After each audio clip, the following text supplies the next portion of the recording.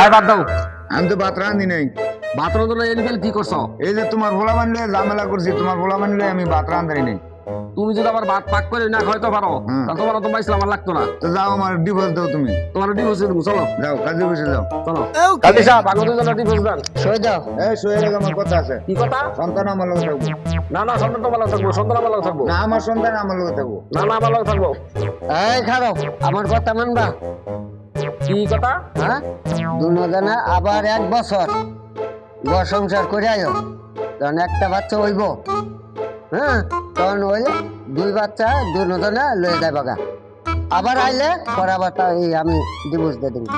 কাজী সাহেব তো ভালো কথাই বলছে। আরেক বছর দুজন ঘর সংসার করবো, তারপর আরেকটা সন্তান হইলে আগের আছে একটা, দুইটা নিমুগা, ঠিক আছে? চলো চলো, ঠিক আছে। এই তোমরা কি লেগে আইছো ডিভোর্স দিতাম? আমি কি ডিভোর্স দিব? আপনার বুদ্ধি হইন না, আমরা আরেক বছর ঘর সংসার করলাম, হ্যাঁ, করার পরে আমাদের সন্তান হয়েছে যুবক, 2 বাচ্চা হয়ে গেছে। হ্যাঁ